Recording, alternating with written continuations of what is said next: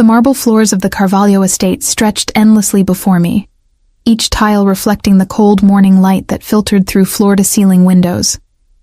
My knees ached from 2 hours of scrubbing, the industrial-strength cleaner burning my nostrils with every breath. I'd learned to breathe through my mouth during tasks like these, a small adaptation among hundreds I'd made since arriving here 24 months ago. 2 years. 730 days of invisible existence in a world where visibility meant danger. I wrung out the cloth into the bucket, watching the water turn gray. The rhythm of cleaning had become meditative, almost comforting in its predictability. Dip, wring, scrub, repeat. No one expected conversation. No one expected eye contact. I was a shadow that tidied other shadows, and that suited me perfectly. Leonore, the study needs attention before noon. Isabel's voice cut through my thoughts. The head housekeeper materialized in the doorway, her steel-gray hair pulled into its usual severe bun. Mr. Carvalho has guests arriving at 1. I nodded without looking up, keeping my gaze fixed on a particularly stubborn scuff mark. Yes, ma'am. I'll finish here first. Her footsteps retreated down the hall, the click of sensible heels fading into the vast silence that always filled this house. 23 rooms, and most days it felt like a mausoleum.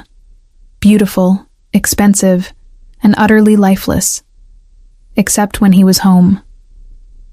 I pushed the thought away, rising to my feet with the practiced caution of someone whose body had learned to protest long days of physical labor. My lower back throbbed, a constant companion I'd stopped acknowledging. At 32, I felt decades older. The mirror in my small room off the kitchen showed a woman I barely recognized, thinner than I'd ever been, with shadows under hazel eyes that had once sparkled with ambition. That version of myself belonged to a different life. Before the debts, before the choices, before I'd answered an advertisement for live-in domestic help at an estate outside the city. No questions asked, cash payment, discretion required. I should have known better. But desperation makes fools of us all. The study door was already open when I arrived, and I paused at the threshold the way I always did, listening, observing, ensuring I wouldn't interrupt anything I shouldn't see. The room was empty, smelling of leather furniture and the faint citrus of expensive cologne that always lingered after Miguel Carvalho occupied a space. Mateo, they called him. Never to his face, of course. The nickname was whispered among the staff, part of the mythology that surrounded the man who owned this fortress of glass and stone. I'd heard the stories, everyone had. The accidents that befell his business rivals, the politicians who suddenly reversed their positions after private meetings, the way entire city blocks seemed to rearrange themselves around his interests. I didn't ask questions. I cleaned his study, prepared his coffee, and existed in the peripheral spaces of his life without ever truly touching it. Or so I'd believed. I began with the bookshelves, dusting each spine with careful precision. First editions, most of them, books in Portuguese, Italian, English, evidence of the multilingual education that had shaped him into the calculating strategist everyone feared. My fingers traced the leather binding of a volume on Renaissance warfare, and I wondered if he actually read these, or if they were simply expensive decoration. The desk came next. Massive mahogany, clear except for a laptop, a fountain pen, and a single photograph in a silver frame. I'd dusted that photo 1,000 times without really looking at it. A young boy with serious dark eyes standing beside an older man who shared his strong features. Father and son, I assumed. Both gone now, according to the fragmented conversations I'd overheard. I was reaching for the pen when I noticed the paper beneath it. My hand froze. It was a dossier. My name across the top. Leonore Maria Santos. Birth date, previous address, employment history, bank statements, everything. He'd investigated me, thoroughly. My heart hammered against my ribs, and I forced my hand to continue its motion. Dust the pen. Replace it exactly as it had been. Don't react. Don't show you've seen. Finish the job and get out. But my mind raced. How long had this file existed? Since I'd applied? Since my first day? Or had something triggered a deeper look into the woman who cleaned his floors and knew the layout of every room in his home? I completed the study in record time, my hands shaking slightly as I gathered my supplies. In the hallway, I nearly collided with Gonawalo, Mateo's head of security.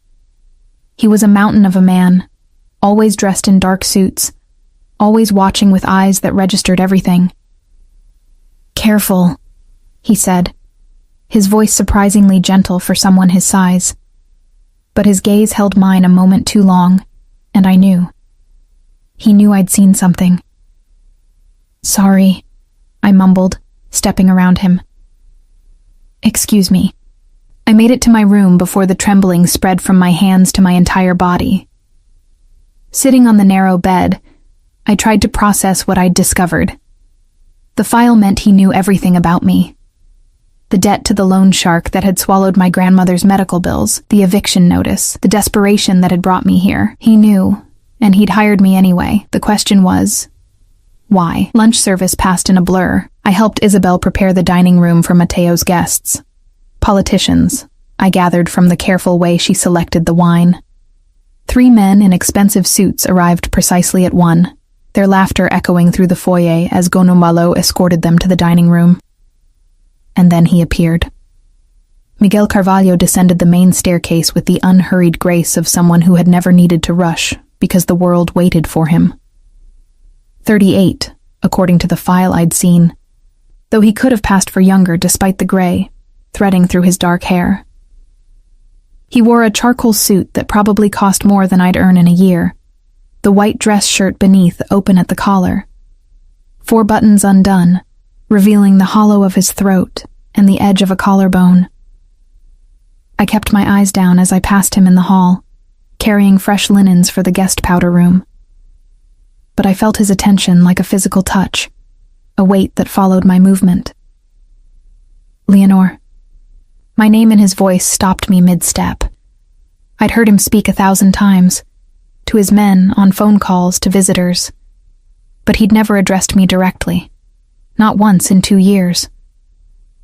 I turned slowly, keeping my gaze respectfully lowered. "Yes, Mr. Carvalho." "The study. Tomorrow morning, 7 o'clock. We need to talk." My throat constricted. "Of course, sir." He nodded once and continued past me, leaving me frozen in the hallway with my heart trying to escape through my chest. "We need to talk." Those 4 words carried the weight of judgment, of endings, of consequences I couldn't yet see. That night I barely slept. My small room felt smaller than usual, the walls pressing in as I calculated my options. I could run, pack my few belongings and disappear before morning. But where would I go? The debt still existed. The loan shark didn't care about employment difficulties. And something else held me here, a truth I'd been avoiding for months. This house, for all its cold elegance, had become my refuge. The work was hard but predictable. Isabel demanded excellence but never cruelty. Even Gonawalo, with his constant vigilance, had never made me feel unsafe. I'd been invisible here, yes, but I'd also been protected.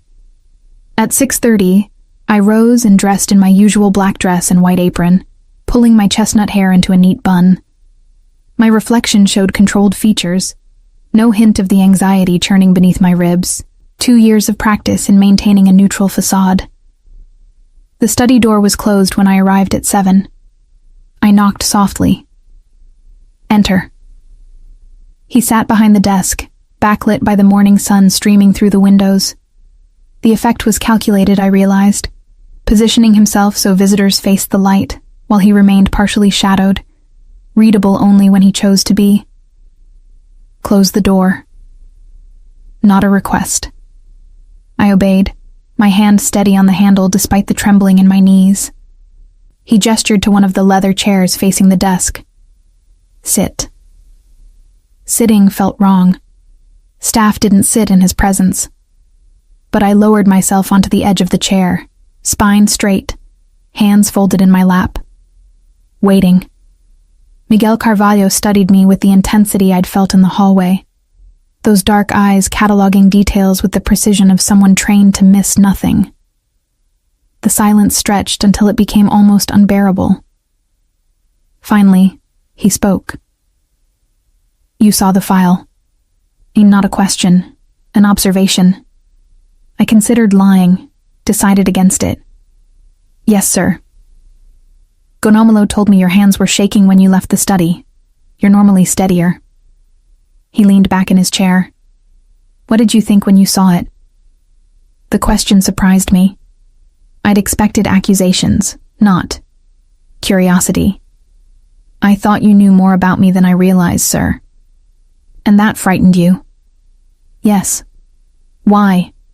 I met his gaze then, abandoning the pretense of submission. If this conversation was happening, I might as well be honest.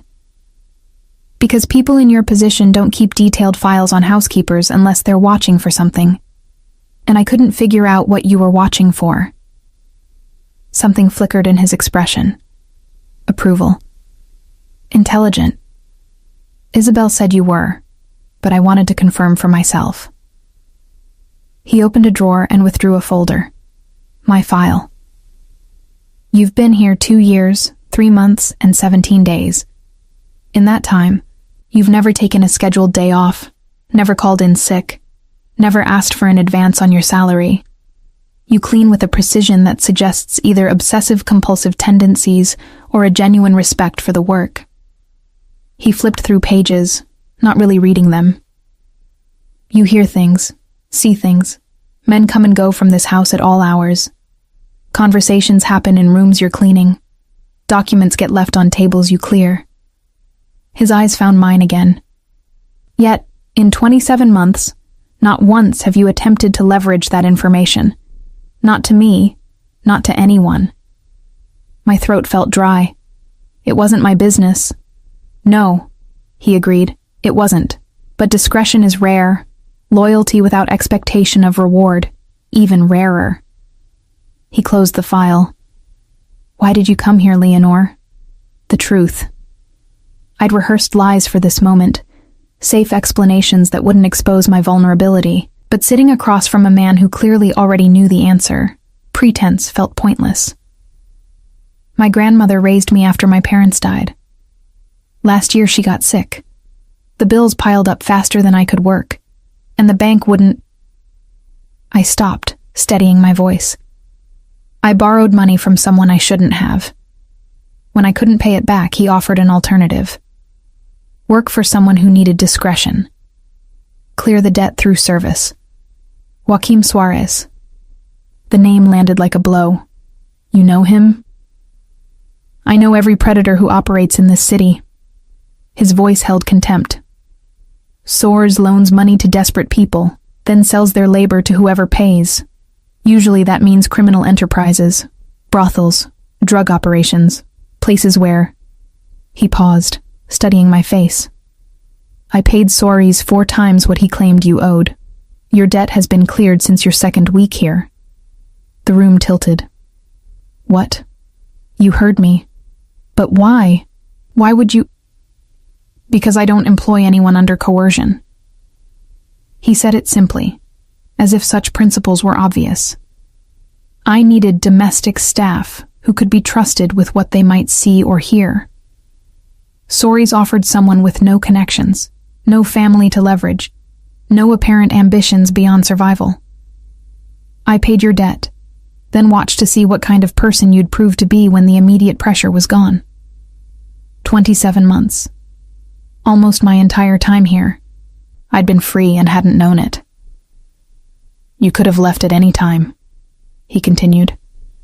The debt was satisfied. You chose to stay. I had. Week after week, month after month, continuing to clean and serve and exist in the margins of his dangerous world. Because this house, for all its cold elegance, had been safer than anything I'd known in years. I have a proposition for you, Mateo said, and I heard the shift in his voice, the moment we moved from revelation to negotiation. But first, you need to understand exactly who I am and what I do. No more pretending you don't see, no more comfortable ignorance. My pulse quickened. I'm not sure I want to know. That option ended when Suarez sold you to me. You're already entangled, whether you've acknowledged it or not. He rose from his chair, moving to the window. Backlit again, his silhouette strong and unyielding. My family built its fortune through import-export businesses. Legitimate operations that generated legitimate wealth. But power attracts predators, and sometimes the law is slower than the threat. He turned to face me. My grandfather did what was necessary to protect what was ours. Over time, those protective measures became their own enterprise. By the time my father inherited, the Carvalho family was deeply embedded in systems that operated outside legal boundaries. Security services, information brokerage, strategic consultation for people who needed problems solved without official channels. Such careful language, such precise euphemisms for violence. I inherited the business when I was 26. My father and brother died in what was ruled an accident. His expression remained neutral, but I heard the weight beneath those words. It wasn't. It was a message from competitors who thought a young, inexperienced heir would be easy to manipulate or remove. They were wrong. Yes, simple. Final. I consolidated power, eliminated threats, and established clear parameters. The Carvalho operations are now focused on information, influence, and strategic positioning. We don't traffic in drugs or human misery. We solve problems that traditional systems can't or won't address. And we do it with ruthless efficiency. He moved closer, and I fought the urge to retreat. I'm telling you this because I need you to understand what staying here means. Not as a housekeeper, as something more. I don't understand. You will. But first, he reached into his jacket and withdrew a small device. Are you recording this conversation? No. The question shocked me. Are you wearing a wire? Working with law enforcement? Absolutely not. He nodded, apparently satisfied. Then here's my proposition. Recent intelligence suggests someone in my household is feeding information to rivals. Small leaks so far. Schedules, meeting locations. Nothing critical. But it will escalate. It always does. Understanding dawned cold and clear. You think I'm the leak? No. He said it with absolute certainty. You're one of 3 people I'm certain isn't compromised. You, because you've had countless opportunities and taken none. Isabel, because she's been with my family for 30 years. And Gonemonfolo, because he'd take a bullet for me. Then why? Because I need someone invisible. Someone who moves through this house without drawing attention. Someone who can watch, listen, and report what they observe without anyone suspecting. His gaze held mine. I need you to stop being just the housekeeper. I need you to become my eyes and ears. A spy. He wanted me to be a spy. And if I say no, then you leave. Today. I'll provide 6 months' salary as severance, a reference letter, and transportation anywhere you want to go. He paused. But once you leave, my protection leaves with you. And there are people who know you worked here, who might see value in whatever information you possess, willing or not. The trap was elegant. Refuse, and I'd be vulnerable. Accept, and I'd be complicit in whatever he did. Why would you trust me with this? You barely know me. I know enough. You're intelligent, observant, and you've already proven your discretion. More importantly, his expression softened, almost imperceptibly. You're one of the few people in my life who doesn't want something from me. That's valuable. I thought of my small room, the predictable rhythm of my days, the safety of invisibility. Then I thought of Joaquim Suarez and men like him, circling anyone who showed weakness. What would this entail exactly? Continue your regular duties, but pay attention to inconsistencies. Who asks questions they shouldn't? Who goes where they shouldn't be? Who communicates with people outside the estate? Report to me directly, no one else. And when you find the traitor? His silence was answer enough. I looked at my hands, folded in my lap. Ordinary hands that had cleaned this house for 27 months. Hands that had never harmed anyone, never reached for power, never grasped for more than survival. But survival, I was learning, had its own cost. I raised my eyes to meet his. I want something in return. Surprise flickered across his features. Name it. If I do this, if I help you find whoever is betraying you, I want the truth. All of it. No more euphemisms. No more careful language. I want to know exactly what I'm part of. For the first time since I'd entered the study, Miguel Carvalho smiled. It transformed his face, revealing the man beneath the armor of power and control. Deal, he said, extending his hand across the desk. I hesitated only a moment before accepting it. His palm was warm, his grip firm but not crushing. The handshake sealed something between us, an understanding that we were no longer simply employer and employee. We were allies. And I had no idea that this decision, made in the morning light of his study, would irrevocably change everything I thought I knew about survival, loyalty, and the dangerous space between the two. The week following our conversation passed in a strange duality. Outwardly, nothing changed. I still rose at dawn to prepare the coffee service, still scrubbed floors and polished silver with the same meticulous attention, still moved through the Carvalho estate like a shadow among shadows. But everything had changed. I saw the house differently now, cataloging details I'd previously ignored. The way Francisco Moniz, Mateo's logistics coordinator, always angled his phone away when typing messages. How the night guard, Tomas Cruz, seemed nervous when Gonufalo passed. The subtle tension between Isabel and one of the newer housekeepers, a young woman named Beatrice, who asked too many questions about Mr. Carvalho's schedule. I kept mental notes of everything, waiting for patterns to emerge. 3 days in, I found Mateo in his study late at night, when I brought fresh towels for the guest room. He'd loosened his tie and rolled his sleeves, looking more human than I'd ever seen him. Anything? He asked without preamble. I hesitated at the doorway, still uncomfortable with this new dynamic. Francisco changes his behavior when you're in the room, more careful, like he's performing rather than just existing. I know. I've been watching him for months. He leaned back in his chair. But suspicion isn't proof.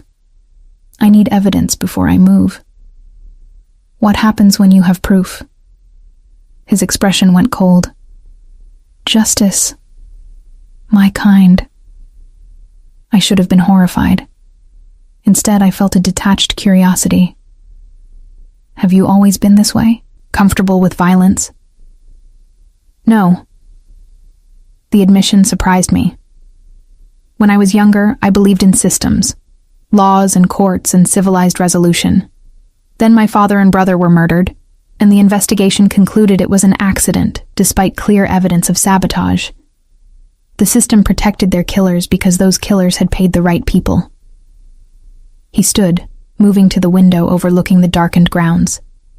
I learned that power isn't about what the law says you can do. It's about what you're willing to do despite the law. Once I understood that, everything became simpler. Simpler how? There are people who deserve protection. People who deserve punishment. I provide both. He turned to face me. Does that frighten you? It should have. But I found myself considering the question seriously, weighing my answer. I think it should. But mostly it makes me sad. Sad? That the world works this way. That good people have to become dangerous to survive. Something shifted in his expression. Recognition, perhaps, or understanding. Is that what you think I am? Good? I think you could have been, in a different life. I surprised myself with the honesty. But this world doesn't let people like us be good. It only lets us choose which kind of terrible we want to become. Silence settled between us, weighted with truths neither of us had expected to share. Finally, he nodded. Go. Get some rest. We have a long road ahead. I left him there, silhouetted against the window, a man alone in a house full of people who feared him. That night, I lay awake in my narrow bed, staring at the ceiling. Somewhere between accepting his proposition and this moment, I'd crossed an invisible line. I wasn't just observing anymore. I was participating. The thought should have kept me awake with anxiety. Instead, I felt a strange sense of purpose I hadn't experienced since before my grandmother's illness. For the first time in years, I mattered. Not as cheap labor or a convenient solution, but as someone whose observations and insights held value. Dangerous, perhaps, but intoxicating. The next morning brought unexpected visitors. I was arranging fresh flowers in the foyer when 3 black cars pulled up the circular drive. Gonavalo appeared instantly, his hand hovering near his jacket where I knew he kept a weapon. Inside, he said sharply to me. Now. I retreated to the kitchen, where Isabel was already instructing the staff to stay out of sight. Through the window, I watched men in expensive suits emerge from the cars. 7 of them, moving with the casual confidence of people accustomed to power. Who are they? I whispered to Isabel. Her mouth thinned into a disapproving line. Trouble. Matteo met them in the foyer, and I caught fragments of conversation through the swinging door. Unexpected visit, Duarte. Matters to discuss. Mutual interests. The voices moved to the formal sitting room, and I found myself gravitating toward the hallway, ostensibly to dust picture frames, but really to position myself where I might hear more. Leonore. Gonofalo's voice behind me made me jump. He wants coffee, 6 cups, the good service. I nodded, understanding the unspoken message. Matteo wanted me in the room, serving coffee, being invisible while gathering information. My hand stayed steady as I prepared the tray, years of practice allowing me to work on autopilot while my mind raced. This was a test, not just of my ability to gather intelligence, but of my nerve. The sitting room fell silent when I entered. 7 pairs of eyes tracked my movement as I placed the tray on the credenza and began pouring coffee with practiced precision. I kept my gaze down, my movements economical and quiet. You keep your staff well-trained, Carvalho, one of the men observed. He was perhaps 50, with silver hair and a smile that didn't reach his calculating eyes. Pretty, too. Does she understand Portuguese? She's standing right there. Ask her yourself. Matteo's voice held a warning edge. The silver-haired man, Duarte, I remembered, turned that cold smile on me. Do you speak Portuguese, menina? Sim, senor, I replied quietly, handing him his coffee. Sugar? Just black. He watched me with uncomfortable intensity. You're the one who replaced that clumsy girl who kept breaking things? I don't know who you mean, sir. I've been here over 2 years. 2 years. He exchanged a look with another man. Long time for domestic staff in this household. Most don't last 6 months. I said nothing, finishing the service and moving to leave. But his next words stopped me. I knew someone named Santos once, Leonore Santos. Worked at a hospital before her grandmother got sick, and she took on some unfortunate debts. Ice flooded my veins. He knew. Not just my name, but details about my life. Matteo's voice cut through my paralysis. That will be all, Leonore. Thank you. I left the room with measured steps, not allowing myself to run despite the fear clawing up my throat.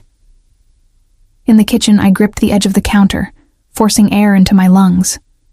They knew who I was, which meant they'd investigated the staff, which meant, breathe. Matteo's voice from behind me. I hadn't heard him enter. They're playing games, trying to unsettle me by showing they've done their homework on my household. It's working. My voice shook despite my efforts to control it. He knows things about me. Personal things. I know. His hand settled briefly on my shoulder, the first time he'd deliberately touched me since that handshake in his study. It's a demonstration of reach. Duarte wants me to understand he can access information about anyone in my orbit. Why? Because he's considering whether to wage war or propose an alliance. He moved to stand beside me, both of us facing the window overlooking the grounds.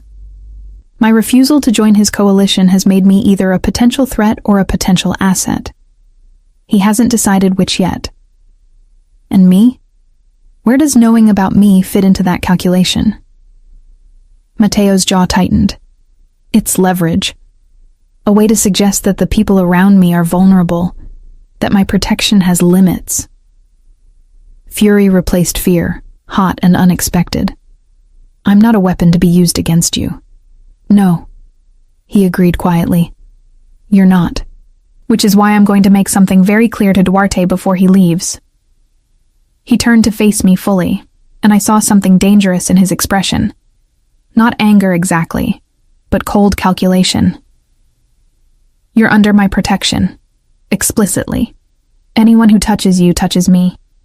That message will be delivered before they reach their cars. That will make me a target. You were already a target the moment you walked into this house. His voice gentled slightly. Now you're a protected target. There's a difference. The visitors left an hour later. I watched from my window as Gonzalo spoke with Duarte beside the lead car, his posture relaxed but unmistakably threatening. Whatever message Matteo wanted delivered, Gonzalo was ensuring it landed clearly. That evening, I found an envelope on my pillow. Inside was a mobile phone, new, expensive, with only one number programmed into it. Matteo's. I turned the device over in my hands, understanding the significance. Direct communication. No intermediaries, a level of access typically reserved for his inner circle. The phone buzzed almost immediately. If you ever feel unsafe, call. Day or night, no question. I stared at the message, something warm and terrifying unfurling in my chest. This man who ruled through fear and calculation was extending protection that went beyond our arrangement. This was personal. I typed a reply. Why me? His response came quickly. Because you didn't ask for any of this. You just wanted to survive. I respect that. And then, get some rest. Tomorrow we accelerate the investigation. I didn't rest. Instead, I lay in bed with the phone in my hand, feeling the weight of trust I'd never asked for, but was beginning to want. The next 2 weeks brought a subtle shift in the household dynamic. Matteo began including me in more meetings, ostensibly to serve refreshments, but really to observe. I watched him navigate conversations with politicians, business associates, and the occasional individual whose purpose was never explicitly stated. He was brilliant at it, the way he guided discussions, revealing nothing while extracting everything, how he used silence as a weapon, letting others fill the void with information they shouldn't share. The calculated moments of charm that made people feel valued, seen, important, right before he dismissed them without a second thought. I learned his patterns. 3 cups of coffee before noon, always black. The way he rolled his shoulders when a conversation frustrated him. How his left hand would tap twice against his thigh when he was about to deliver bad news. Small tells that revealed the human beneath the armor. You're staring. His voice cut through my observations one afternoon. The study was empty except for us, golden light slanting through windows. Observing, I corrected. You told me to pay attention. And to others, not to me. You're part of the environment I'm mapping. I set down the coffee pot. Besides, if I'm going to report on inconsistencies, I need to know what consistency looks like for you. A smile ghosted across his lips. Clever. Practical. He leaned back in his chair, studying me with the same intensity I'd been directing at him. What have you observed about me, then? The question felt like a test. I considered lying, offering safe observations. Instead, I chose honesty. You're lonelier than you let anyone see. You've built walls so high that even the people closest to you can't reach the person inside. And sometimes, late at night when you think everyone's asleep, you stand at that window and look like you're searching for something you lost a long time ago. The silence that followed was absolute. I'd gone too far, revealed too much of what I'd noticed, stripped away his carefully maintained facade. Then he said, very quietly, yes. Just that, an acknowledgement that felt more intimate than anything we'd shared before. I need to tell you something. He stood, moving to the window as if drawn by my mention of it. About the investigation. We've narrowed the suspects to 3 people: Francisco, Tomas, and someone in your position. My breath caught. Someone who cleans? Someone who has access to private spaces and is beneath notice. He turned to face me. Beatrice, the new housekeeper. She's been asking Isabel questions about my schedule, my habits, which rooms I use most frequently. I thought of the young woman who'd been hired 6 weeks ago. Quiet, efficient, with eyes that watched everything. You think she's the leak? I think she's the most likely candidate, but I need proof. His gaze held mine. I need you to befriend her. Get close. Find out who she's really working for. The request settled heavy in my stomach. You want me to spy on another woman who's probably just as desperate as I was when I came here. I want you to help me identify a threat before it gets someone killed. His voice hardened. This isn't a game, Leonor. Whoever is feeding information to my enemies is putting everyone in this household at risk, including you. He was right. I knew he was right. But the thought of manipulating someone's trust, of becoming the kind of person who used another's vulnerability, it made me feel sick. I'll do it, I said finally. But if she's innocent, then she goes free with a generous severance and my apology. But if she's guilty... He left the sentence unfinished, the implication clear. That night, I lay awake again, the phone within reach, wondering when exactly I'd stopped being a victim of circumstance and started being an active participant in Mateo Carvalho's dangerous world. And why, despite everything, I didn't want to leave. Befriending Beatrice proved easier than I'd anticipated. She was young, 23 at most, with nervous hands that never quite stayed still, and eyes that darted toward exits whenever Gononwalo entered a room. Recognizing desperation had become second nature to me. I saw it in the way she accepted extra shifts without complaint, in how she stretched her lunch portions to make them last, in the careful way she counted coins before buying necessities. I saw myself 2 years ago. You're good at the corners, I observed one morning as we worked adjacent hallways. Isabel's particular about those. Beatrice glanced up, surprise flickering across her delicate features. Most staff didn't initiate conversation. My mother taught me. She cleaned houses when I was growing up. Mine too. The lie came smoothly. My mother had been a teacher before the accident, but Beatrice didn't need to know that. There's an art to it, making yourself invisible while making everything else shine. A small smile touched her lips. Exactly. Over the following days, I cultivated the friendship carefully, shared meals in the staff kitchen, offered tips on dealing with Isabel's exacting standards. created a space where Beatrice felt safe enough to lower her guard. And slowly, carefully, I began asking questions. Do you have family in the city? A younger brother. He's sick, respiratory condition. The medication is expensive. Of course. Always something desperate, something that made people vulnerable to exploitation. How did you hear about this position? A pause, just a fraction too long. Through an agency. They said Mr. Carvalho paid well and didn't ask too many questions about references. The same route I'd taken. The same pipeline that funneled desperate people into positions where their loyalty could be tested or their desperation exploited. Do they check in with you? The agency? Another pause. Sometimes. To make sure everything's satisfactory. I reported the conversation to Matteo that evening, finding him in his study with paperwork spread across the desk. The top buttons of his shirt were undone, his tie discarded, hair slightly disheveled from running his hands through it.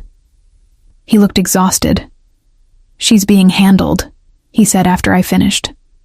The agency is a front.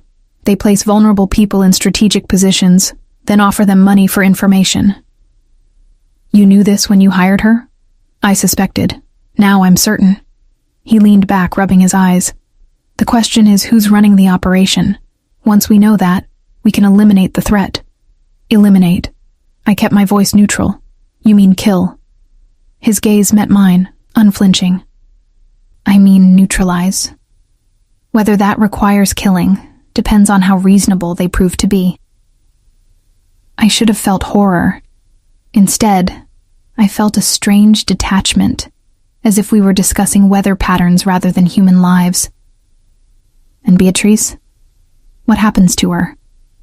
That depends on what she does next. If she's just a desperate woman trying to help her brother, there may be mercy. If she's actively working against us... He left the implication hanging. I moved to the window, the same spot where he so often stood. From here, the ground stretched into darkness, only the perimeter lights marking the boundaries of his controlled world. When does it end?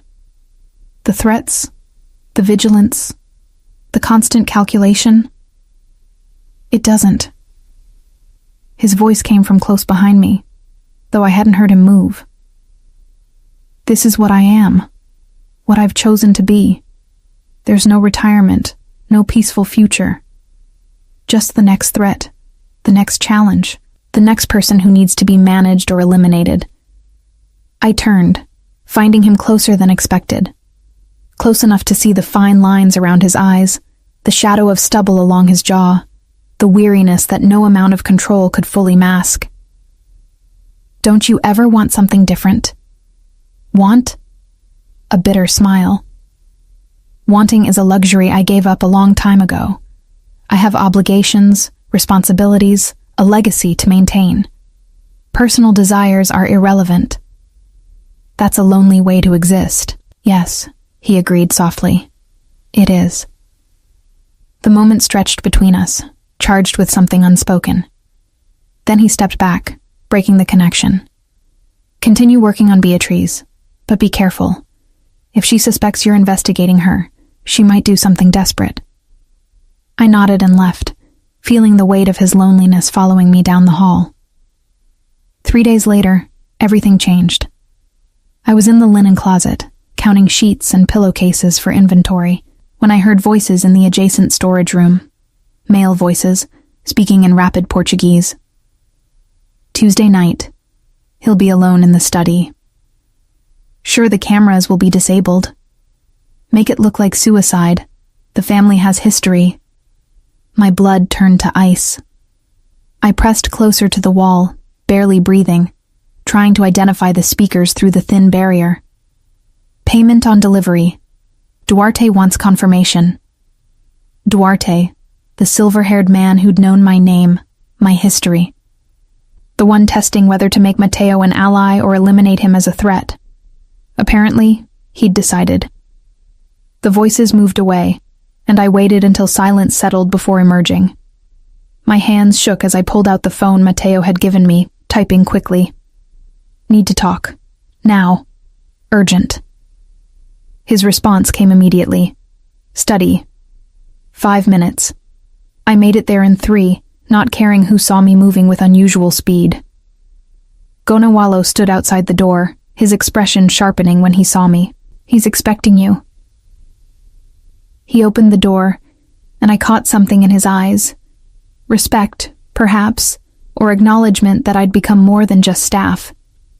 Matteo was on his feet before I finished closing the door. What happened? I told him everything. The overheard conversation. The mention of Tuesday night. Duarte's name. The plan to make it look like suicide. Words tumbled out in a rush.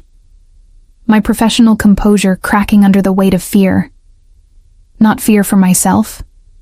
Fear for him. When I finished, he moved to his desk, pressing a button that I now knew activated a communication system throughout the house. Gonfalo, Francisco, emergency protocol, my office, now. Then he turned to me, his expression unreadable. You saved my life. They haven't acted yet. They will. Tuesday is 3 days away. If you hadn't overheard this, if you hadn't been paying attention... He stopped, something raw flickering across his features before control reasserted itself. Thank you. The words felt inadequate for what had just transpired. I'd crossed another line without realizing it. From observer to active protector. From someone seeking safety to someone willing to provide it. Gonwalo and Francisco entered within moments, their expressions grim.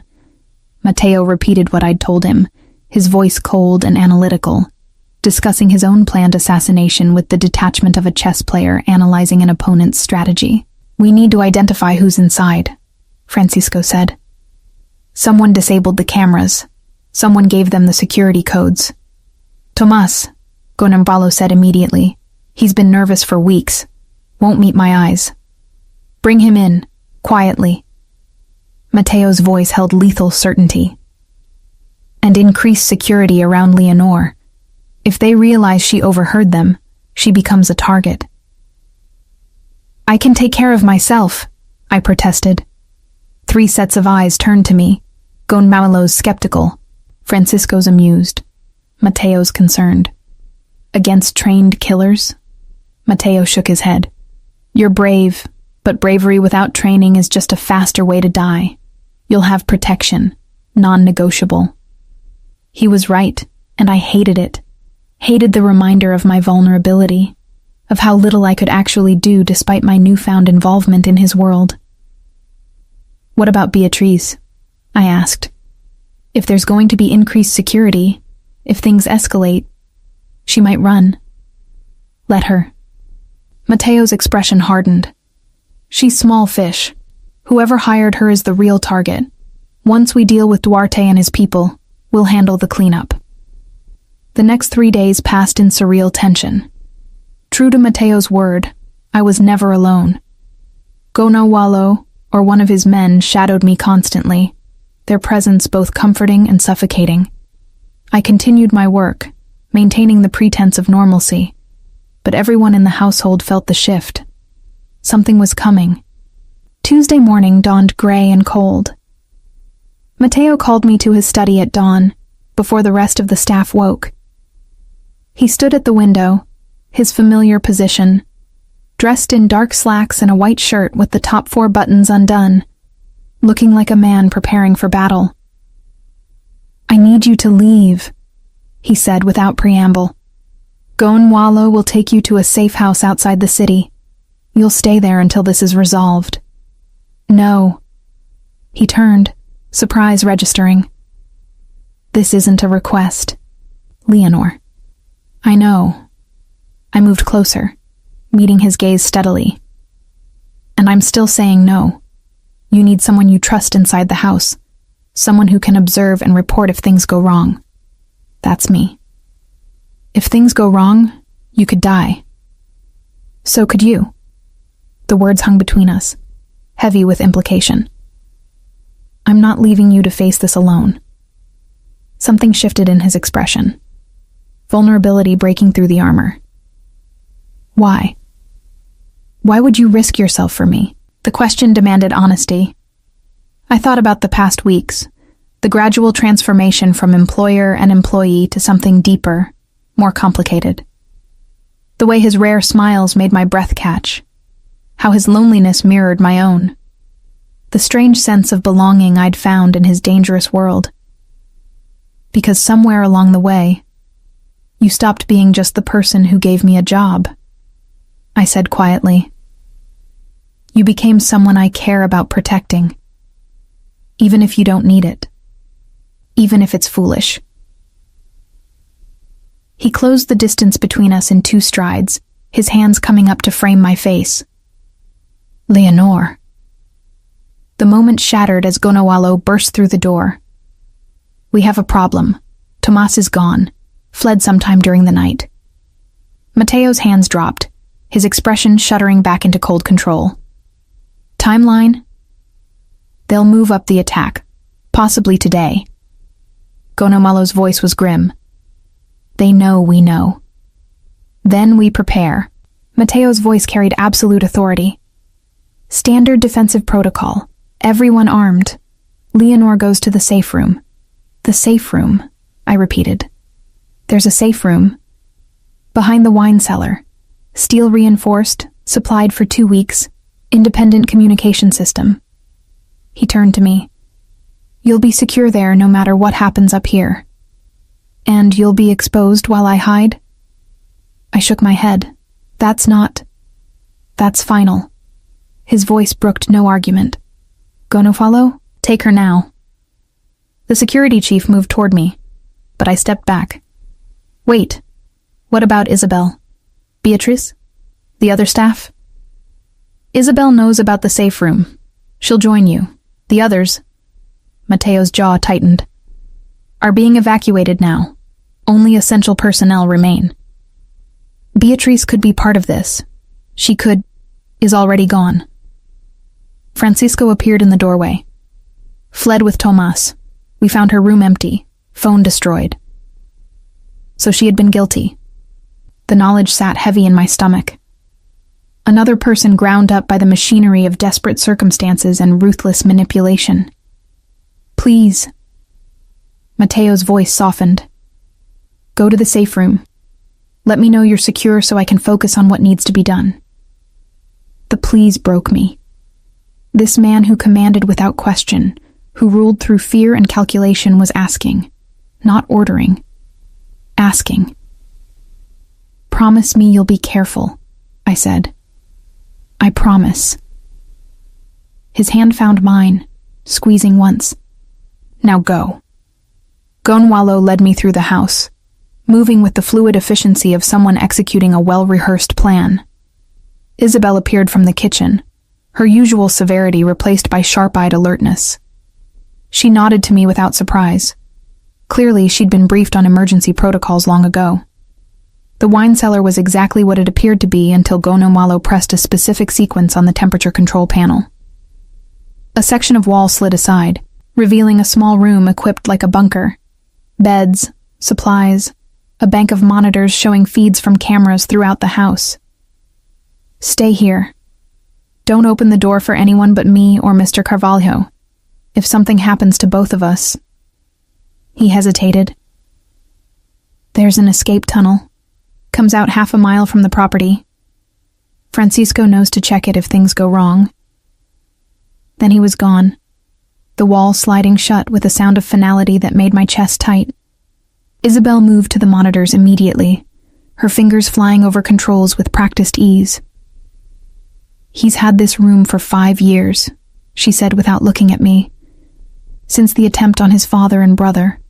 Swore he'd never be caught unprepared again. I joined her at the monitors, watching as men took positions throughout the house. Mateo stood in the foyer, Gonawalo beside him, both armed with weapons they held with disturbing familiarity. He cares for you, Isabel said quietly. I've been with this family for 30 years. Never seen him look at anyone the way he looks at you.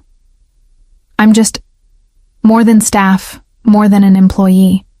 Don't insult my intelligence by pretending otherwise. She finally turned to face me, her severe features softened by something almost maternal. Whatever happens today, know that you've given him something he hasn't had in a long time. Something worth fighting for beyond duty and vengeance. Before I could respond, movement on the monitors drew our attention. 3 cars approaching the gate. Black sedans, tinted windows, moving with predatory purpose. It was beginning.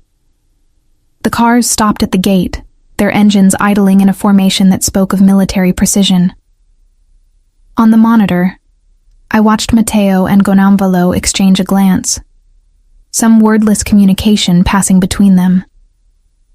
Then Matteo pressed a button on the intercom panel near the door.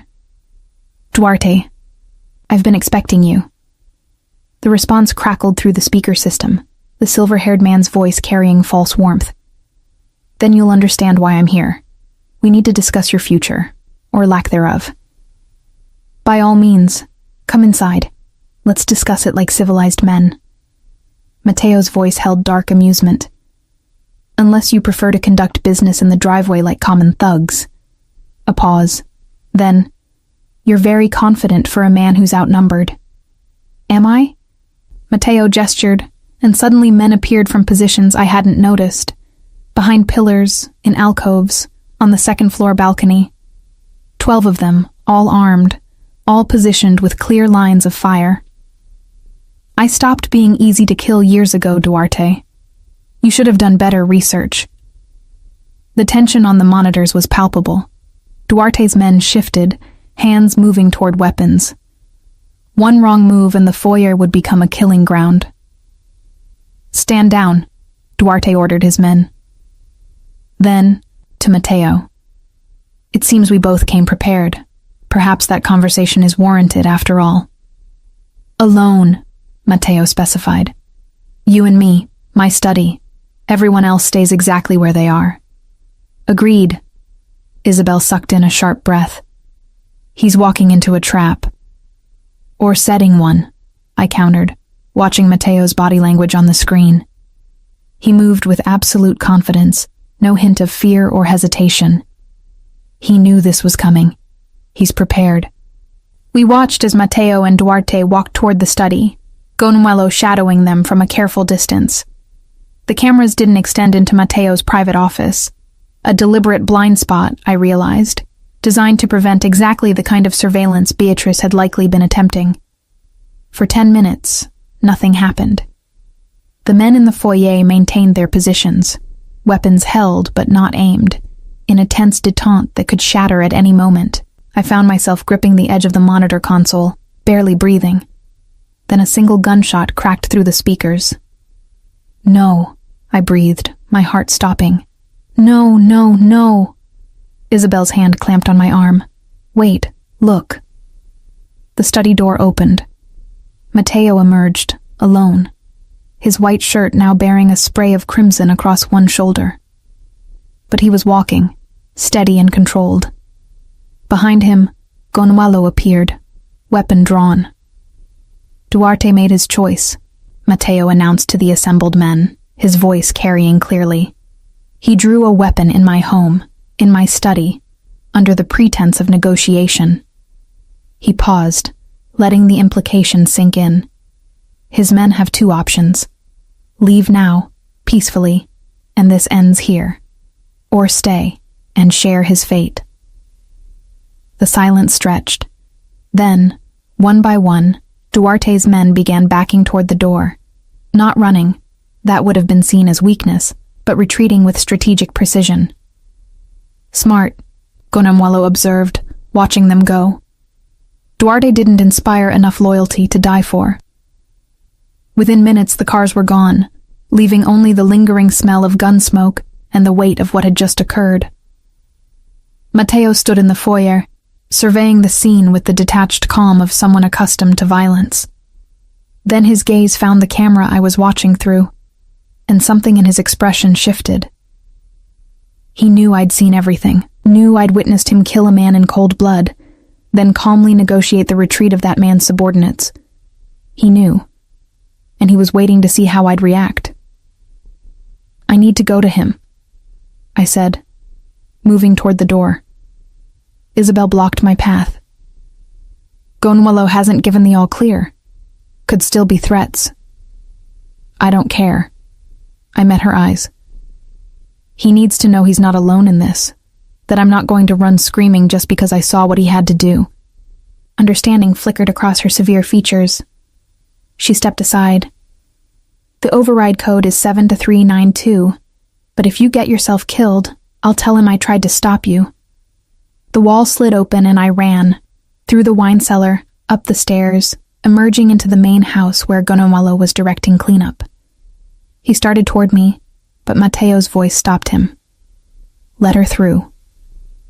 I found him in the study, standing by the window in his familiar position, though now his shirt was stained and his hands showed faint traces of blood he'd clearly tried to wash off.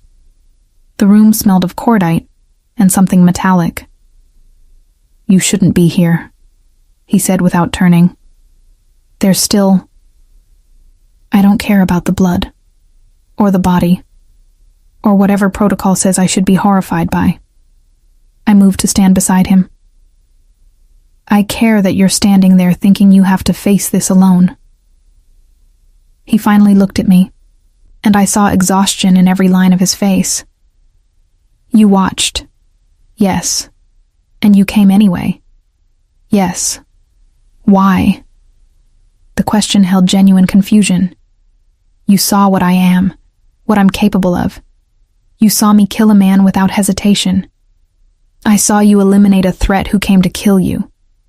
I touched his arm, feeling tension coiled in every muscle. There's a difference. Is there? His voice cracked slightly. Or is that just what I tell myself to sleep at night? This was the man beneath the armor. Uncertain, questioning, carrying the weight of every life he'd taken in service of survival. I'd glimpsed this vulnerability before, but never so nakedly exposed.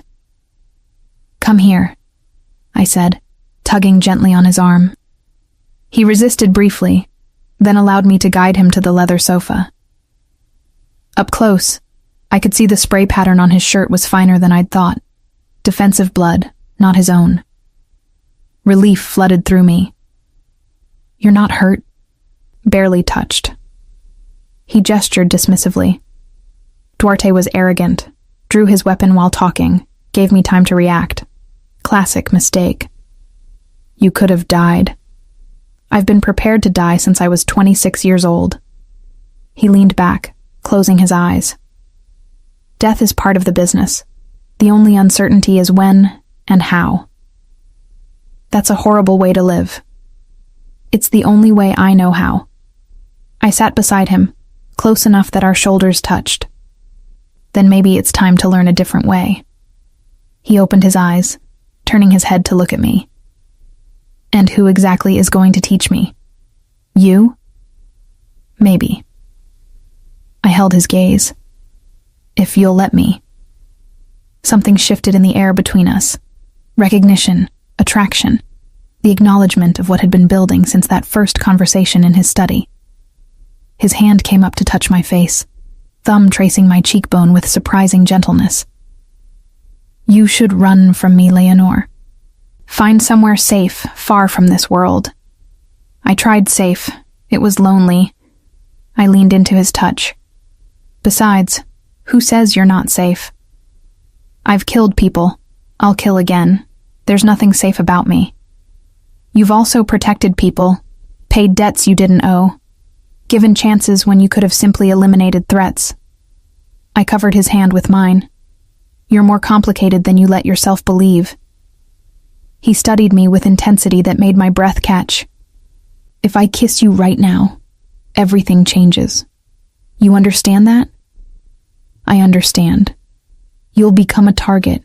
Anyone who wants to hurt me will see you as leverage. I'm already a target. You said so yourself. This would make it worse. Make you... He stopped, struggling with words. Make you mine in ways that can't be undone. The possessiveness in his voice should have alarmed me. Instead, it sent heat coursing through my veins. And if that's what I want, his control fractured. He pulled me closer, his mouth finding mine with desperate hunger. The kiss was nothing like I'd imagined.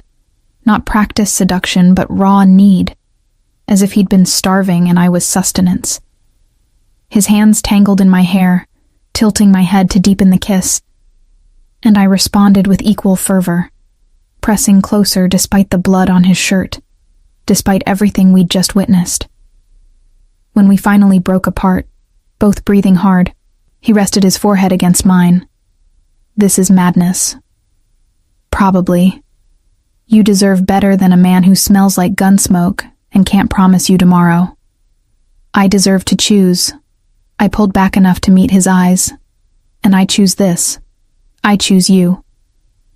The vulnerability in his expression nearly broke me. "Why?" "Because you're lonely. Because I'm lonely. Because somewhere in the past weeks, I stopped seeing the Mafia boss everyone fears and started seeing the man who stands at windows searching for something he lost. Because you make me feel alive in ways I haven't felt since before desperation became my constant companion."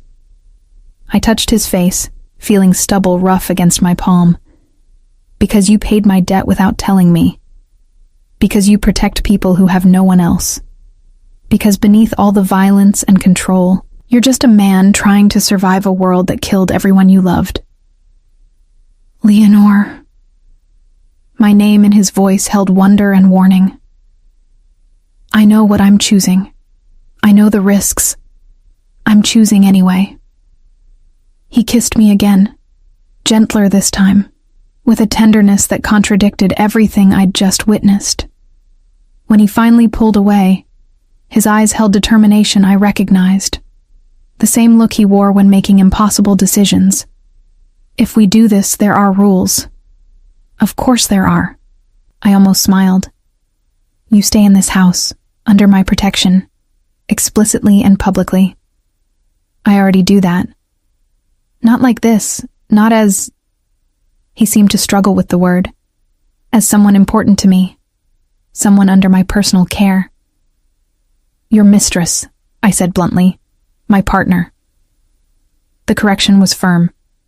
Not a possession. Not a plaything. An equal in every way that matters, even if the world won't see it that way. The distinction mattered. I could see it in his eyes.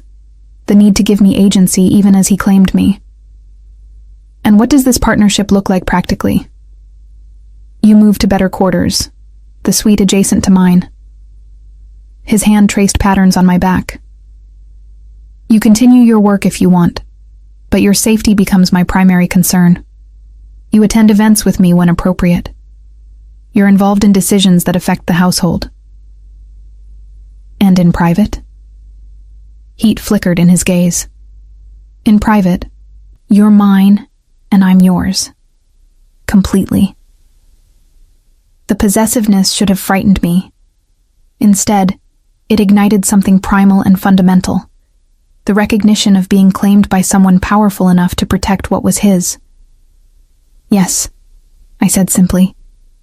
Relief and triumph warred in his expression. He pulled me close again, but this time his kiss was interrupted by Gonamalo's discreet cough from the doorway. "Boss, we need to debrief, and you should change. There are calls coming in. People heard about the incident." Mateo sighed, pressing one more kiss to my forehead before releasing me. "Go pack your things. I'll have Francisco help move you to the new rooms." All my things fit in one bag. Something dangerous flashed in his eyes. "Not anymore. Isabel has instructions to take you shopping tomorrow. Whatever you need, whatever you want. No arguments." "Mateo." "No arguments," he repeated firmly. "You're under my care now. That means you want for nothing." After he left with Gonamalo, I remained on the sofa, trying to process what had just happened. In the span of an hour, I'd witnessed a killing, crossed every remaining line, and committed myself to a man who ruled through violence and strategy. I should have felt horror, fear, regret. Instead, I felt purpose, belonging. The strange certainty that despite everything, this was exactly where I was meant to be. Isabel found me there minutes later, her expression knowing. "The suite is ready. Francisco is waiting to escort you." "You knew," I said, "about him and me. I've known for weeks, the way he watched you, the way you tried not to watch him back." She almost smiled. "About time you both stopped pretending." The new suite was 3 times the size of my small room, with windows overlooking the gardens and furniture that spoke of wealth beyond anything I'd experienced. But it was the connecting door, locked now, but clearly leading to Mateo's private quarters, that made the reality sink in. This was permanent. This was real. I unpacked my few belongings, the single bag looking lost in the massive closet. Tomorrow Isabel would help me fill it. Tomorrow I'd begin learning how to navigate this new role. Tomorrow I'd start becoming whoever Leonor Santos needed to be as partner to Miguel Carvalho. Tonight, I simply stood at the window, watching darkness settle over the grounds, and wondered if I'd made the wisest choice of my life, or signed my own death warrant. The quiet knock at the connecting door interrupted my thoughts. I opened it to find Mateo, freshly showered and wearing only dark slacks, his chest bare and marked with old scars I'd never seen before. "Can't sleep," he admitted. "Kept thinking you'd come to your senses and run." "I don't run anymore." I stepped aside, letting him enter. "Besides, where would I go that you wouldn't find me?" He smiled. Genuine this time, reaching his eyes. "Nowhere. I'd hunt you to the ends of the earth." "Possessive." "Absolutely." He pulled me close, and I felt the steady rhythm of his heartbeat against my cheek. "But you knew that when you said yes." We stood there in the darkness, 2 people who'd found unexpected refuge in each other's arms, while the world outside continued its dangerous dance. For tonight at least we had this: warmth, connection, the fragile beginning of something that might become love, if we survived long enough. The next morning brought an unexpected normalcy.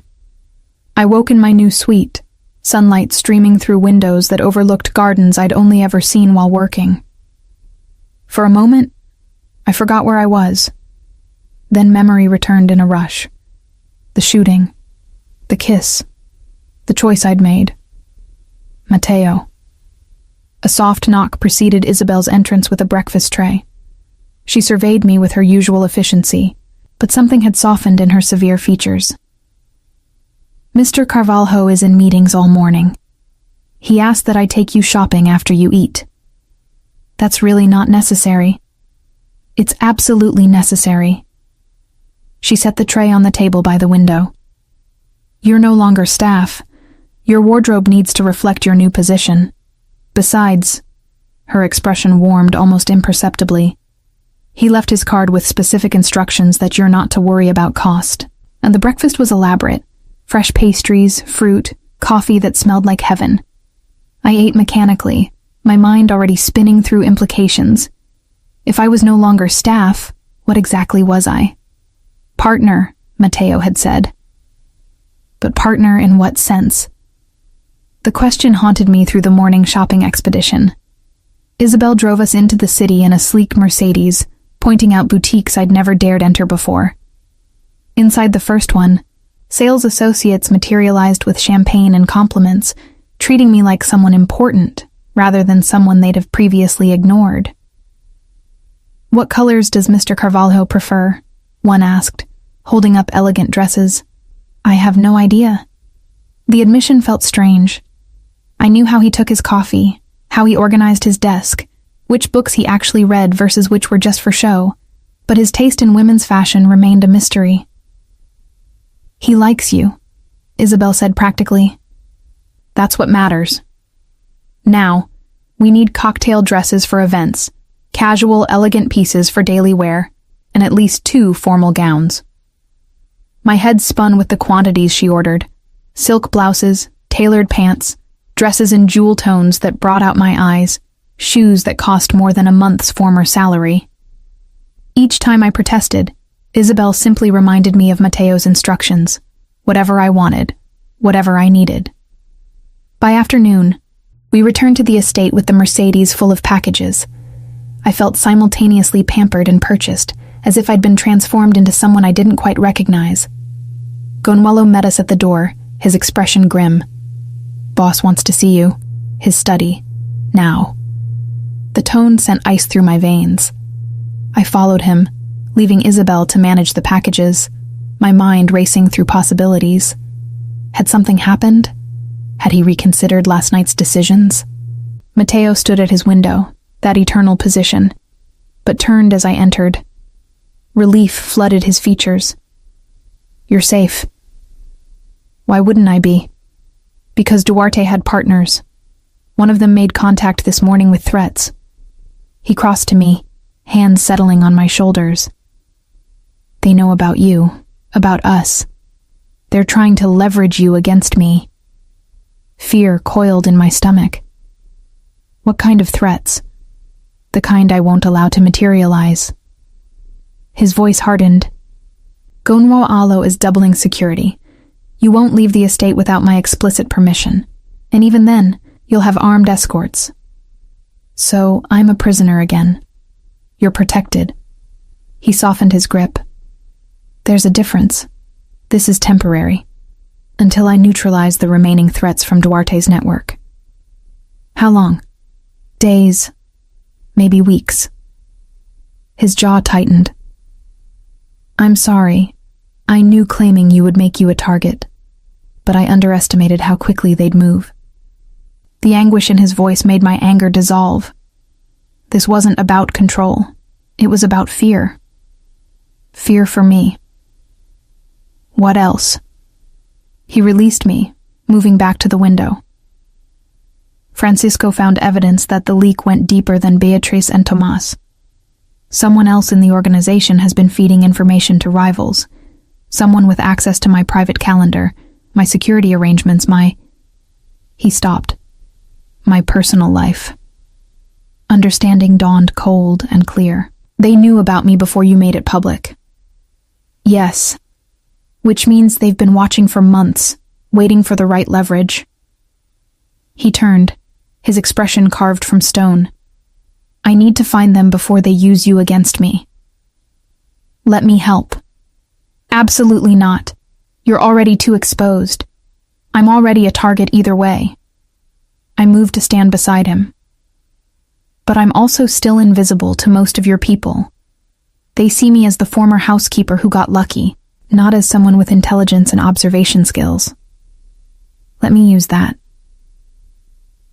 He studied me with intensity that made my skin prickle. "You want to investigate my own people. I want to protect what's mine." The possessiveness in my voice surprised us both.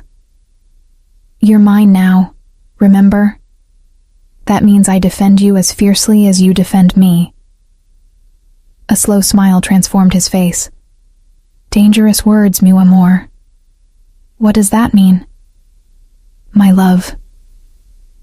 He touched my face gently. "You're learning Portuguese?"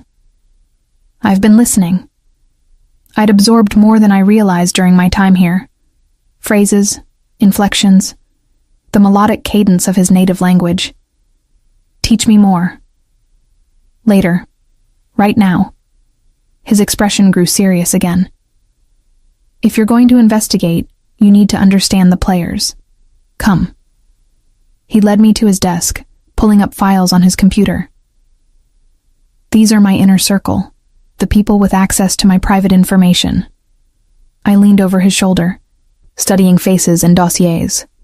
Francisco Muniz, logistics coordinator. 42 with the family for 15 years. Gonwalo Reis, head of security. 38, former military, unshakable loyalty. Isabel Neves, household manager. 61, knew his mother, practically raised him after she died. None of them seem likely. That's the point. His hand found mine on the desk. Betrayal always comes from the least expected source. Someone you trust. Someone close enough to see vulnerabilities. Like me, I realized, I'd become that person, close enough to hurt him in ways enemies never could. The thought must have shown on my face because he squeezed my hand. I trust you completely. Never doubt that. Why? We've known each other such a short time. I've known you for 27 months. He pulled me onto his lap, the intimate gesture feeling natural despite its newness. I've watched how you handle stress, how you treat people, how you navigate impossible situations. I know your character, Leonore. That's more important than time. I leaned into him, feeling the solid warmth of his body. Tell me about your family, your father and brother. Tension coiled through him, but he didn't deflect. My father, Paolo, was brilliant. Strategic mind, ruthless when necessary, but with a code. He believed in protecting the vulnerable, punishing those who preyed on weakness. My brother, João, was supposed to inherit. He had father's charisma, his natural authority. I was the spare, expected to manage businesses while João took the empire. His voice grew distant. Then they died in a car accident that wasn't an accident. Brake lines cut, timed to coincide with a rainstorm. By the time anyone realized it wasn't mechanical failure, the evidence was gone. I'm sorry. I became something I never intended to be that day. A killer, a strategist. A man willing to do whatever necessary to protect what remained. His arms tightened around me. I found everyone responsible. Took me 2 years, and I made sure they understood exactly why they were dying. The matter-of-fact way he discussed murder should have disturbed me. Instead, I felt the weight of his grief, the burden of responsibilities thrust upon him by violence. Do you ever wish it had been different? That you'd stayed the spare, had a normal life? Every day, the admission was barely whispered. But wishing changes nothing. This is my life now, my choice to make the best of it. We sat in silence, wrapped in each other's arms, 2 people carrying scars from worlds that chewed up the vulnerable and spit out survivors. The following days fell into a strange rhythm. Matteo worked from the estate, conducting business while keeping me close. I wandered the house with new eyes, observing patterns I'd never noticed before. Who spoke to whom, who avoided certain topics, who seemed nervous when Matteo entered rooms. I reported everything to him each evening, our debriefings taking place in his study or my suite, often interrupted by moments of intimacy that grew increasingly natural. He was teaching me Portuguese, practical phrases mixed with endearments that made me blush. I was teaching him to relax, to laugh, to find moments of lightness in his dark world. You're different, Gonamalo observed one afternoon when I brought coffee to a meeting. Happier. So is he, I replied, watching Matteo through the study windows. Maybe we're good for each other. Maybe you are. The security chief's expression grew serious. But be careful. People notice, and some don't like seeing the boss distracted. The warning settled heavy in my chest. Who specifically? Francisco has been asking questions, subtle ones, but questions nonetheless. About your relationship, about how much influence you have. I filed the information away, another piece in the puzzle we were assembling. That evening, I mentioned it to Matteo. His expression darkened. Francisco has been with me for 15 years. I can't believe... He stopped, reconsidering. But that's how betrayal works, isn't it? The people closest hurt you deepest. Let me watch him, carefully, without him knowing. Over the next week, I made myself useful around Francisco, offering coffee during his meetings, tidying nearby rooms, existing in that invisible servant space I knew so well. And slowly, carefully, I noticed things. The way he angled his phone away when texting. How he made frequent trips to his car for calls that didn't show in the estate's phone logs. The nervous energy when Gonfalo entered rooms. Small tells that alone meant nothing but together painted a picture. But I needed proof. something concrete. The opportunity came when Francisco left his tablet in the conference room. I hesitated. Going through someone's private device crossed a line even for me. But Mateo's safety outweighed my discomfort. The tablet was encrypted, but Francisco had left it open, perhaps in haste. I navigated to his messages, photographing screens with the phone Mateo had given me. Conversations with unknown numbers, references to packages and deliveries that didn't match any legitimate business. And one message that made my blood run cold. The girl is the weakness. Use her to force his hand. I showed Mateo the photos that evening, watching fury transform his features from human to something far more dangerous. He's been planning this for months. Mateo's voice was deadly calm, using my trust, my organization, He looked at me, using you as the ultimate leverage. What do? We end it. He pulled out his phone, pressing a contact. Gonzalo, bring Francisco to the study. Tell him I need to discuss the shipment arriving tomorrow. Mateo, if he suspects... He won't. Cold certainty filled his voice. He thinks he's too smart, too careful. He thinks I'm too distracted by you to notice. That arrogance will kill him. 20 minutes later, Francisco entered the study, his usual confident smile in place. Gonzalo followed, positioning himself by the door, blocking the exit. You wanted to see me, boss? I did. Mateo remained seated behind his desk, apparently relaxed. We need to discuss some irregularities I've noticed in the shipping manifests. Irregularities? Francisco's smile didn't waver, but I saw tension enter his shoulders. Missing inventory, unexplained delays, communications with parties I don't recognize. Mateo's tone remained conversational. At first, I thought it was simple incompetence. But then, Leonore found something interesting on your tablet. Francisco's gaze swiveled to me, and I saw calculation replace his friendly facade. The girl's been spying? I knew giving her ideas above her station would cause... Careful. Mateo's voice dropped to lethal softness. How you speak about her is how you speak about me. Remember that. Boss, whatever she told you, she showed me photographs of your messages, references to using her as leverage against me, coordination with Duarte's remaining associates. He stood, moving around the desk with predatory purpose. 15 years, Francisco. 15 years of loyalty I thought I could count on. What changed? For a moment, Francisco considered maintaining the lie. Then something shifted. Acceptance, perhaps, or relief that the pretense was over. Money changed. You pay well, but you're not the only one offering. He straightened, defiance entering his voice. I have a family to support, kids who need more than I can provide on what you give me. So you sold me out. I sold information, not you specifically, just opportunities, schedules, vulnerabilities.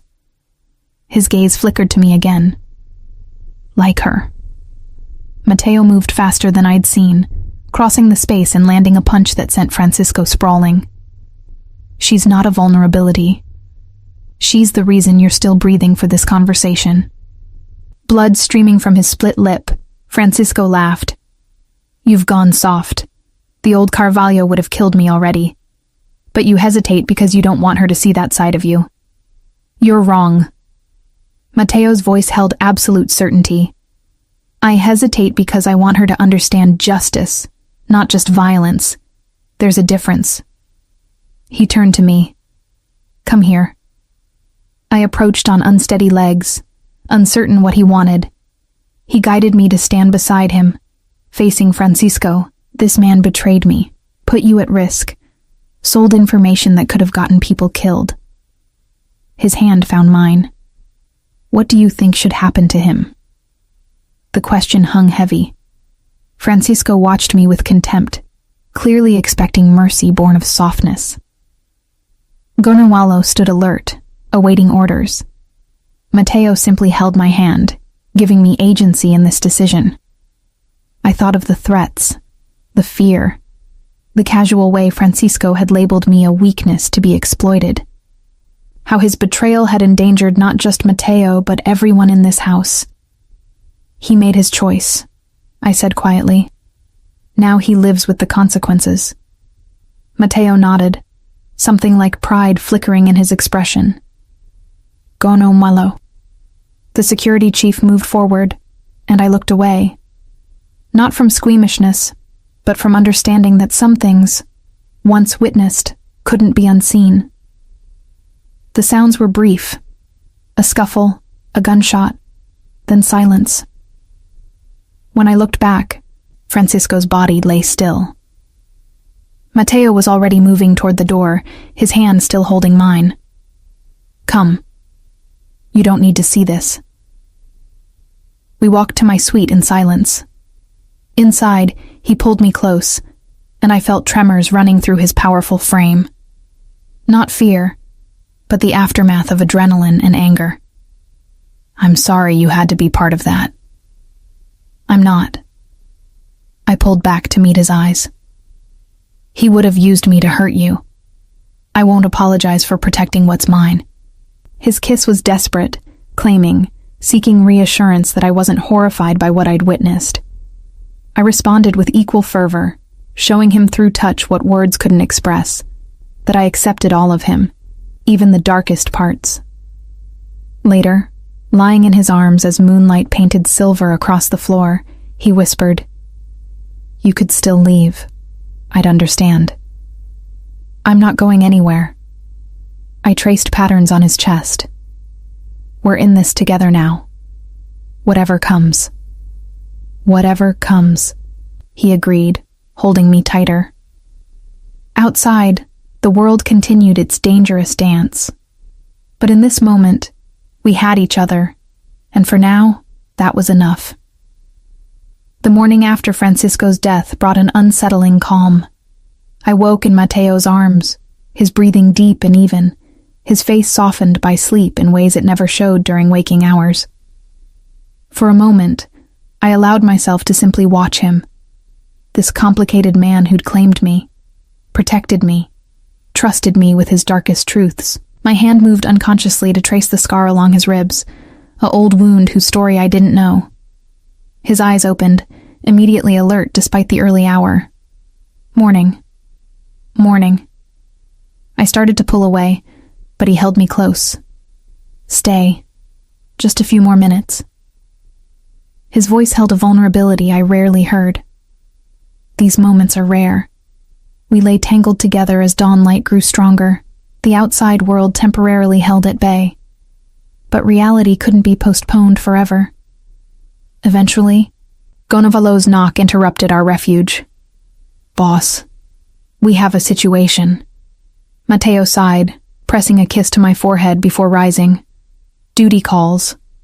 I watched him dress, the efficiency of someone who'd done this 1,000 times, transforming from the man in my bed to the armored strategist the world knew.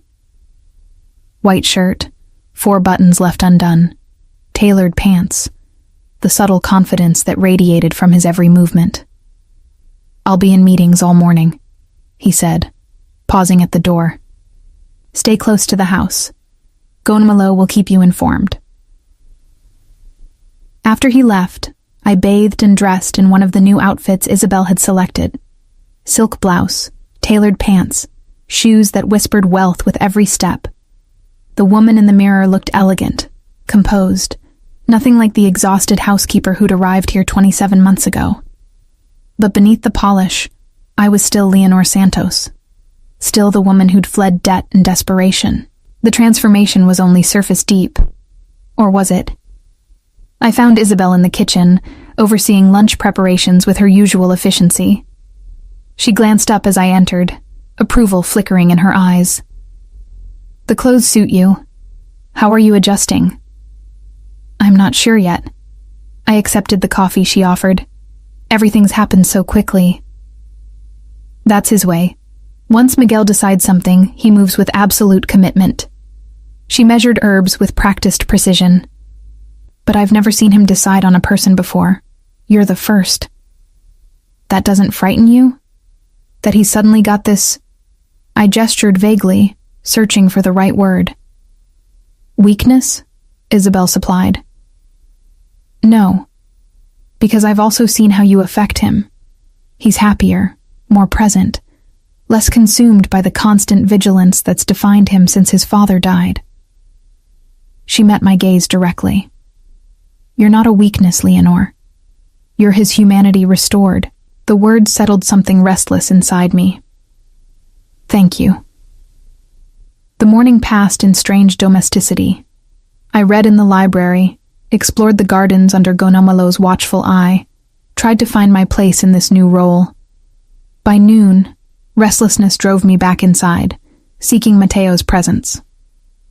I found him in his study, surrounded by men in expensive suits discussing what sounded like legitimate business, shipping contracts, warehouse leases, distribution networks.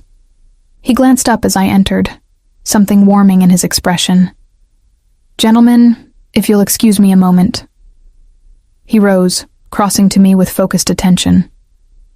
Everything all right? Fine. I realized I had no good reason for interrupting. I wanted to see you. His smile was private, meant only for me. Give me 30 minutes, then we'll have lunch together. I nodded and retreated, feeling foolish for the interruption. But 30 minutes later, he appeared at my suite's door, loosening his tie as he entered. Alone at last. He pulled me close, and I felt tension drain from his frame. I've been thinking about you all morning. You were in meetings. I'm very good at multitasking. His mouth found mine, the kiss deepening until we were both breathless. What about lunch? I managed between kisses. Later. He guided me toward the bedroom. Right now, I need this. Need you. What followed was urgent, desperate. Two people seeking connection and affirmation in the most primal way. Afterward, lying tangled in sheets, I traced patterns on his chest while he played with my hair. Tell me something true, I said. Something you've never told anyone. He was quiet so long I thought he wouldn't answer. Then, I'm terrified of becoming like my father. What do you mean? He was brilliant, strategic, protective, everything I try to be. But the violence consumed him. By the end, he saw threats everywhere, trusted no one, lived in constant paranoia. His voice dropped. He pushed everyone away, including his own family, died isolated despite being surrounded by people. You're not him. How do you know? I've made the same choices, followed the same path. What's to stop me from ending up the same way? I shifted to look at him directly. Me. I'm what stops it. Because I won't let you disappear into paranoia and isolation. I'll pull you back every time. You sound very certain. I am. I kissed him softly. We're partners, remember? That means I see you. All of you. And I won't let you forget who you are beneath the armor. He pulled me closer, and I felt his heart beating against mine. I don't deserve you. Probably not. I smiled against his shoulder. But you're stuck with me anyway. We dozed briefly, wrapped in each other, the afternoon light painting gold across tangled limbs. When we finally rose, hunger drove us downstairs where Isabel had left a cold lunch in the dining room. So this is what people with money do, I observed, selecting from the spread of meats, cheeses, and fresh bread. Eat elaborate meals in the middle of the day.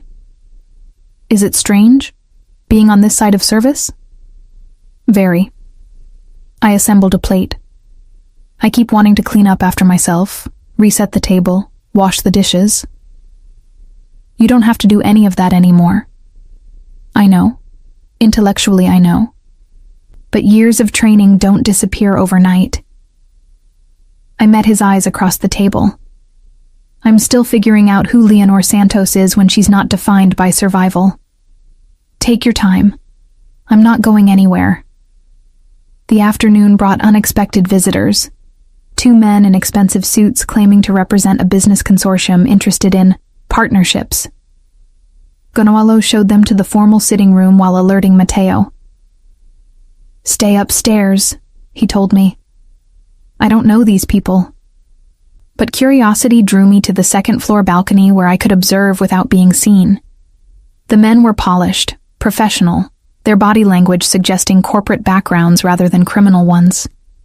Yet something felt wrong, a tension beneath the courteous exteriors. Their conversation with Mateo was too quiet to hear clearly, but I caught fragments, references to consolidation and market opportunities and mutual benefit. Standard business language that could mean anything. Then one of them made a mistake. He turned slightly, and I saw the weapon holstered beneath his jacket. Not unusual for people in Mateo's world, except the holster position was wrong. Too accessible. Too ready. This was someone who expected to draw quickly. I pulled out the phone Mateo had given me, texting quickly. Left visitor is armed. Holster position suggests military training, not civilian carry. His response came immediately. Good eye. Stay hidden. The meeting concluded within minutes, the visitors departing with handshakes and promises to be in touch. But Gonzalo's expression as he saw them out was grim.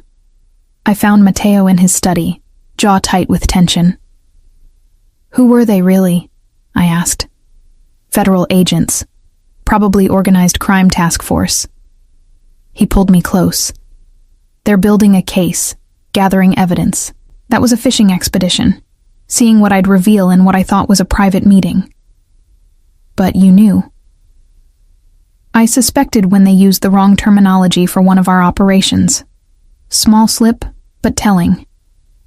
He sighed. This is what I meant about constant vigilance. Every conversation could be surveillance. Every new contact could be law enforcement. How do you live like this? Carefully. His arms tightened around me. And with as few attachments as possible, people you care about become vulnerabilities, leverage for prosecutors or enemies. I pulled back to meet his eyes. Do you regret? Never. The word was fierce. You're the best thing that's happened to me in years, worth any risk. Even prison? Even that. He touched my face gently, though I'd prefer to avoid it, for both our sakes. The reality of his world settled heavier on my shoulders. It wasn't just rival criminals we needed to worry about, but law enforcement, prosecutors, federal investigations. The careful empire he'd built could collapse from within or without at any moment. What do? We prepare. There are contingencies in place. Safe houses, offshore accounts, escape routes if necessary. He led me to his desk, pulling up files. I'm going to show you everything. Where the emergency funds are. Who to contact if I'm arrested. How to disappear if you need to. I won't need to disappear. If you go down, I go down with you. Absolutely not. His voice turned hard. If federal charges come, you'll claim coercion, ignorance, abuse. Whatever gets you clear, I'll support that story completely. That's ridiculous. I'm choosing this, and I'm choosing to protect you. His hands gripped my shoulders. Promise me, Leonore. If things go wrong, you save yourself. You don't try to be noble or loyal or any of that. You walk away. I can't promise that. Then I can't. He stopped, conflict warring across his features. Please. I need to know you'll be safe, whatever happens to me. I saw the fear beneath his demand. Not for himself, but for me. The same fear that had driven so many of his decisions since our relationship changed. All right, I said finally. If federal charges come, I'll protect myself. I promise. Relief flooded his expression. Thank you. He spent the next hour walking me through contingencies I hoped never to need. Bank accounts in false names, contacts in various countries, documents that would hold up under scrutiny, the machinery of escape that he'd built in case his empire crumbled.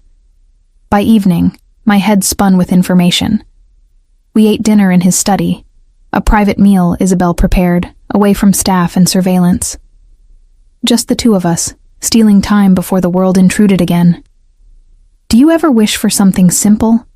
I asked, watching firelight dance across his features. "A normal life without constant danger?" "I used to." He reached across the table for my hand. "Now I just wish for this. You and me, whatever time we can steal. That's enough." "Is it, though? Really?" He considered the question seriously. "It has to be. Because wanting more, imagining different, that's how you break. You have to accept reality as it is, find peace within the constraints." "That sounds lonely." "It was. Before you." His thumb traced circles on my palm. "Now it's bearable. More than bearable." Later, we stood at his window, that eternal position, wrapped in each other's arms, watching darkness settle over the grounds. Outside those walls, federal agents built cases, rivals schemed revenge, 1,000 threats circled like wolves. But inside this room, we had each other, imperfect, complicated, bound by choices that couldn't be undone. "Whatever comes," I whispered against his chest. "Whatever comes," he agreed, holding me tighter. And in that moment, I understood that I'd stopped trying to escape, stopped seeing this as temporary. Somewhere along the way, Mateo's world had become my world. His battles, mine. His future, ours. The realization should have terrified me. Instead, it brought a strange peace. I'd spent years running from choices, from consequences, from the person poverty and desperation had tried to make me. Now I was finally standing still, choosing deliberately, becoming someone I could recognize in the mirror. Not just Leonor Santos, survivor, but Leonor Santos, partner to Miguel Carvalho. Woman who'd looked at darkness and decided to walk into it anyway, not from fear or desperation, but from choice. And if that choice led to danger, betrayal, even prison, at least it would be my choice, my consequence to bear. Together. 3 months later, I stood beside Mateo at a charity gala, wearing a dress that cost more than my yearly former salary, diamond earrings glittering at my ears, gifts he'd insisted on despite my protests. Around us, the city's elite mingled, their conversations filled with business deals and political maneuvering. To the outside world, we were exactly what we appeared, a powerful man and the woman at his side. His partner in every visible way, though the depths of that partnership remained carefully hidden. But I caught the occasional glance, calculating, assessing, wondering how the housekeeper had become something more. Let them wonder. I'd learned to wear the role as comfortably as the expensive dress, meeting curious gazes with polite distance. "Ready?" Mateo murmured, his hand at the small of my back, as we moved toward another group of potential allies or enemies, sometimes impossible to tell the difference. "Always," I replied, leaning into his touch. Because whatever came next, federal investigations, rival threats, the constant dance of danger that defined his world, we would face it together. And I no longer wanted to be anywhere else.